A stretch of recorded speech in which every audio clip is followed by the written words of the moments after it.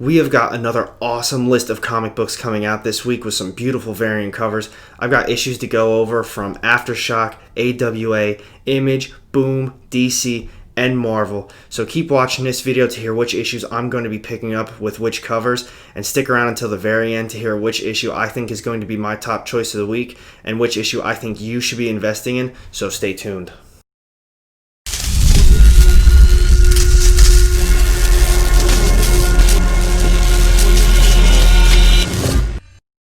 Welcome back everyone, AR Comics here, and today I'm going to be covering all of the upcoming book releases this week for New Comic Book Day and their variant covers. But before I get started on that, if you are new to the channel, I drop weekly comic book content that includes upcoming book releases, speculation videos, unboxings, and new comic book hauls, and I also do New Comic Book Day reviews. So if that sounds like something you don't want to miss out on, make sure you hit the subscribe button down low and the little bell to get notified every time I drop new content. You won't regret it.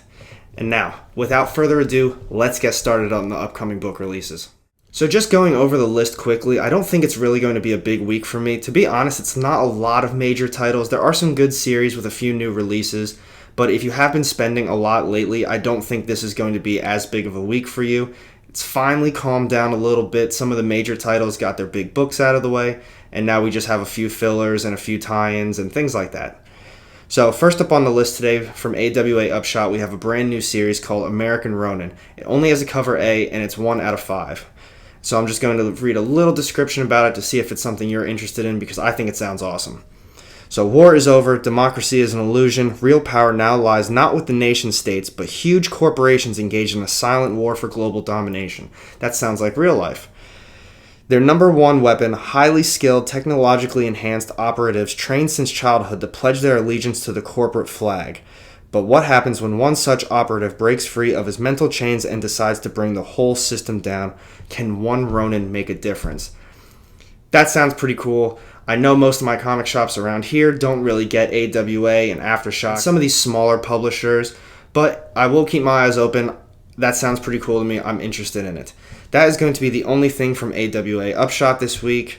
Next up, we have an issue from Aftershock. It is Lonely Receiver number 2. I picked up the first one. I read it. I thought it was okay. I don't think I'm going to be picking this one up. It was kind of like your cell phone is like your everything. You can even make a partner out of it, and the cell phone broke. I don't know. It was creepy. It was kind of cool, but I'm going to be skipping out on that one, I think. Next up, we have Image Comics. First issue of the day from them is Adventure Man number 4, only has a cover A. After that, it is a Coffin Bound number 7, also only has a cover A. I have all the issues so far. I just kind of have them on a backlog. I haven't read any of them yet. The artwork is fantastic. It's a very creepy story, a little gruesome, a little bit more on the mature side. I like it. I haven't been able to read it though, so basically I just like the artwork. Next up, we have Decorum number 5. It is a Hickman book, so if you're into his style of writing, this story should be for you. Personally, I'm not, so I've been skipping out on it. I have heard good things, but it is a cover A and a cover B. They look very similar, but I kind of like cover B. Then we have Die number 14. It also has a cover A and a cover B. I've heard great things about this story as well. I'm a little bit late to the game, but I have been looking for the trade to pick up for that. Moving on, one of my favorite books by Image right now. It only has a cover A, but Firepower number 4. This series has been great. I'm looking forward to it. The last 3 issues have been fantastic, and I can't remember if the last issue kind of ended with a couple first appearances, or maybe it was just a small cameo, and this one might have first appearances. It's been a little bit since the last issue came out, and I can't really remember. But then moving on, we do have a brand new series from Image coming out. It's called Getting It Together. It's number 1 of 4. It has a cover A and a cover B. To be honest, I don't think I'm going to get this. It doesn't look very good, and I'm not too fond of the cover art so far. But I'm just going to read a little bit about it and make your own decision from there. So, in this all-new modern dramedy you didn't know you needed, so it turns out you do need this.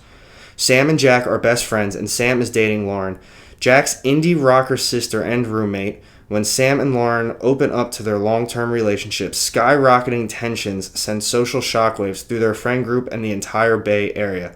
And Jack, caught in the middle of it all, may be forced to take sides in a conflict he never wanted to be a part of. I'm going to be honest. I don't think I do need it. I don't think I'm going to be getting it, and it is only out of 4 issues, so I definitely won't be picking that one up. From that, we have Inkblot number 2. I did read the first issue. I didn't like it. I didn't want to pick it up, but it was kind of a lighter week, so I grabbed it anyway just to give it a shot. Not for me. It only has a cover A, though. And then from there, we have Lost Soldiers number 3 of 5. Only has a cover A. Moving on to Marked number 8, it has a cover A and a cover B. If you are keeping up with this series, it is a brand new arc. So if you haven't been reading it but you're interested, this might be a good jumping on point for you. From there, we have Moonshine number 21. It only has a cover A. I have a lot of these issues. I read the first 2 or 3 of them. I thought it was really good, but I have a few of them that are just missing in my set, so I haven't been able to keep up. From there, we have Pretty Violent number 10. It only has a cover A. I do really like this story, and I'm sad to say it, but I think I am dropping it from my pull list. I don't think I'm going to be picking it up anymore. It just doesn't have, I guess the right word to say it is value. I can pick this up in a trade. I do like the story. I do talk to the writer every once in a while. He seems like a good guy. But for a series like this, I think it's better off getting a trade. I don't think you need every single small issue because there's not really anything that happens that's major. And the series itself isn't entirely too popular, so it's not like it sells for a lot of money. One of the bigger issues I am looking forward to this week, though, it's pretty cool. It's just kind of like a re-release, but it has color. It's going to be The Walking Dead Deluxe number 1. It has a cover A through F. All the covers are pretty cool. I really like cover A and B. B, obviously, because it's the main cover. But then cover D is awesome as well. And you can't really forget about cover F because it's a blank sketch variant. And those are always good to have in your collection because you never know when someone's going to come up and can do something. I'm probably going to get one of these issues just because I'm a huge Walking Dead fan and I really like it. It's just color. I'm not really sure what else they're going to be adding to it. I'm sure it'll be worth your money. It's only a $4 issue, so it's probably nothing too crazy, but I'm interested in it. And now we are moving on to Boom Studios. Very, very small week for Boom. However, the book they are dropping is going to be a huge hit. It has a cover A and a cover B. It's We Only Find Them When They're Dead. I loved this first issue. I love both of these covers. Cover B is just more of like what's going on in the story. And then cover A, I mean, as you can tell, it's just the words, but it's just so beautiful. Awesome covers, awesome art inside of it. One of my favorite series so far from Boom, even though it's only been 1 issue. I have very high hopes for it. Definitely picking it up, and honestly, it's probably going to be one of my most looked forward to issues of the week. So that's it from Boom this week, and now we're moving on to DC Comics. In my opinion, this is a very big week for DC. I'm probably going to be getting some stuff as well, so looking forward to it. First up, we have American Vampire 1976. It's 1 out of 9. It is one of the DC's black labels. It has a cover A, B, and C. I'm just going to read a little bit from it. It says, America is broken. Trust between the government and the American public has crumbled. Man, that's like another thing happening right now. Paranoia reigns supreme in 1976, and this is the concluding chapter of the Eisenhower Award-winning American Vampire. Skinner Sweet has exhausted all efforts to regain his lost immortality. With the powers and purpose gone, he is now determined to go out with a bang. There is a whole lot more to read off, but I'm just going to keep that quick and easy. I'm definitely picking it up. I love these DC Black labels. They're pretty much all pretty solid, so I don't want to miss out. Moving on from there, we have Batman 100. This is the conclusion of the Joker War. I know a lot of people have been anticipating this. It has a cover A through E. Some of these covers are all awesome, so you can't really miss out on which ones you get. Personally, I would just go for cover A. It is what it is, but I'm also not reading it. I missed out on the very beginnings of the Joker War and what led up to it. Maybe that's a trade thing. We'll see how that goes. But be on the lookout for that. It's probably going to be a huge issue. From there, we have Deceased Dead Planet number 4 of 6. This series is coming closer to an end, and I know I missed out on it. It sucks. I'm just going to end up waiting for a hardcover. It has a cover A, B, and C, and I know a lot of people have been telling me it's really good. You need to read it, especially if you like the first Deceased and those little tie-ins that they had, which I did, but I'm just going to wait it out. I'll pick it up eventually. Moving on from there, we have Far Sector, number 8 of 12. It has a cover A and a cover B. And then we have Justice League 54, cover A and a cover B as well. And then the only last thing from DC is Young Justice 19. It has a cover A and a cover B. Just going through those, they didn't really say it was going to be a new arc or an arc ending. Like, nothing crazy was going on, so it's just going to be a nice little issue to read. And that is it from DC. Now we're moving on to Marvel. It is a huge week for Marvel. I know I just got done saying DC was a big week, but I think this one's going to be equally, if not a little bit bigger. First up on the list, we have Amazing Spider-Man number 49. Now, this is going to be a big issue for Spider-Man. It's the big 850. It's a $10 issue, and it has a ton of covers. So I'm just going to cycle through a few of them because a lot of them are gorgeous covers, and there's too many to choose from. Personally, I do really like cover A. I like cover B as well. But, I mean, going down the list, the rest of them are awesome too. I'm mainly going to be going for the Brooks variant if I can find it, but if not, I'm just going to see what I can grab. After that, we have Black Widow number 2 coming out. It has covers A through F. They're all pretty awesome, but as always, I love these timeless variants. Honestly, I'm not as big of a fan of this one. It's nice, but it's just, I don't know, something's just not doing it for me. I do really like the J. Scott Campbell variant. I have that variant for the first issue, so if I can, I'm probably going to grab it again. I've been seeing a lot of things about her having a new suit this issue, or just a white suit. It could be something big, maybe it's just a whole costume change. Could be something nice in the grand scheme of it. Could be worth looking into a little bit more. So if you are reading this series, make sure you don't miss out on this one. Moving on from Black Widow number 2, we have Champions number 1 coming out. I'm really looking forward to this as well. I really like the cover A, but it does have a cover A, B, C, and D. I think it's going to be something big. If you could tell from the Miss Marvel and then Miles Morales, they really talk about that Cradle group, and then they all say obviously Outlawed on it because Cradle's a big thing now, and this is going to have to do with that. I'm not sure if this series is going to be something worthwhile investing in, but I do think it's going to be a really good read, and I do think Cradle is going to be here to stay for a little while. From Champions, moving on to Deadpool number 7, it only has a cover A, and then after that, just talking about it, Magnificent Miss Marvel number 15 is coming out. It only has a cover A, and it definitely has to deal with Cradle and all of that stuff as well. From there, we have Marauders number 13 coming out. It has a cover A, B, C, D, and E. The E cover, that is a gorgeous, timeless variant. That Iceman, I'm not a fan of X-Men, and I'm not reading the Marauders series, but if I see that, I'm probably going to grab that. From there, talking about it again, Miles Morales Spider-Man number 19 is coming out, only has a cover A. Last issue did have his first appearance of a Miles clone. Do I really think that's going to play big into the series itself? No, but I do think the Assessor is going to be something important, so make sure you check out those Miles Morales number 8. That's the first appearance of him.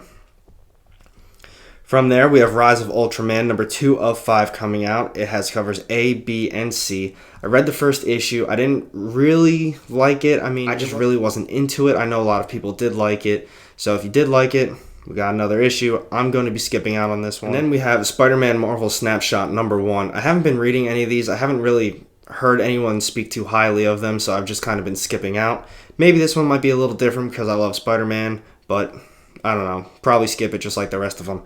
It does have a cover A and a cover B, but if I was to get it, I would be going for cover A. And then we have Star Wars number 7. It has a cover A and a cover B. I kind of wish I was keeping up with this, but I'm just not huge into Star Wars, mainly because the new series was so bad. But that's a whole new conversation. So as I was saying, cover A and cover B. If you're reading it, enjoy it. I really like cover B though. And then we have Swordmaster number 11. I don't think I know a single person reading that. So if you are reading it, let me know down below what you think of it, because I'd love to talk about it and see what you think. From there, we have a big book coming out, Thor number 8, cover A and a cover B. That Thor Timeless variant is gorgeous. I really hope I can get that. I don't know. If I miss out on that, I'm going to be a little upset with myself. And I did forget, there is a cover C as well. It's kind of cool. It's Frankenstein Thor. It's got the Halloween theme going on. I really wasn't a big fan of Thor 7. I wasn't even too big on how the arc ended for Thor 6. I enjoyed it, but it was slightly a letdown, so I'm hoping this issue picks back up.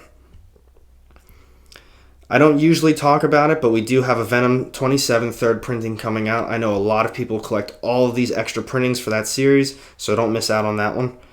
And then we have Wolverine number 6 coming out. It has a cover A, B, and C, and that is a awesome timeless variant as well. If you're out there and you're buying every single timeless variant, you need to send me a picture at some point with all of them lined up, because I'm sure it's just a beautiful photo. I haven't been reading this Wolverine. I read, I think, the first 2 issues. I ended up just like canceling it off my pull list. It was cool, but wasn't anything special. Moving on, this is the final book from Marvel this week. For all you X-Men fans, it's X-Force 13. It's got a cover A, B, C, and D. The Beast Timeless variant, awesome as well.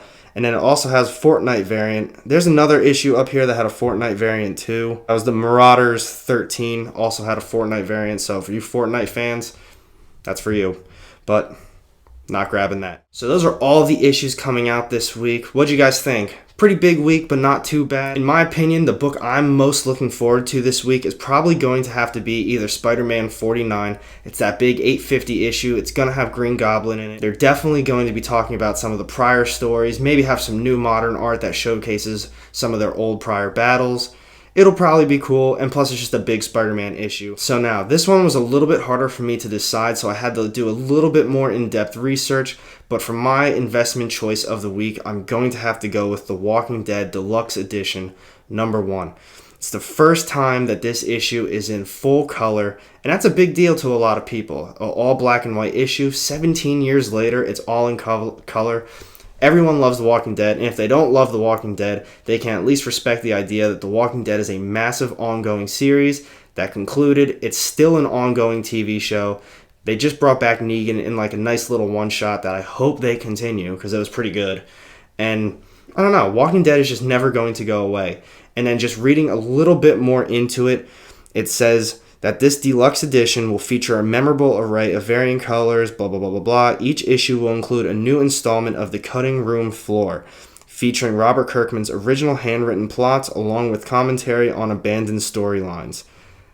That's pretty cool. I'm really interested in reading that, and it could be something big. It could develop into something else, into like just a different side story, something like that. So I do suggest, if you're a Walking Dead fan, definitely pick that up. So thank you for watching this video. Make sure you hit that thumbs up if you enjoyed it. And if you don't want to miss out on any comic book content, make sure you hit the subscribe button and the little bell to get notified every time I drop new stuff. You don't want to miss out. And make sure you click over here for more comic book content, and I'll see you over in the next video. Have a good one.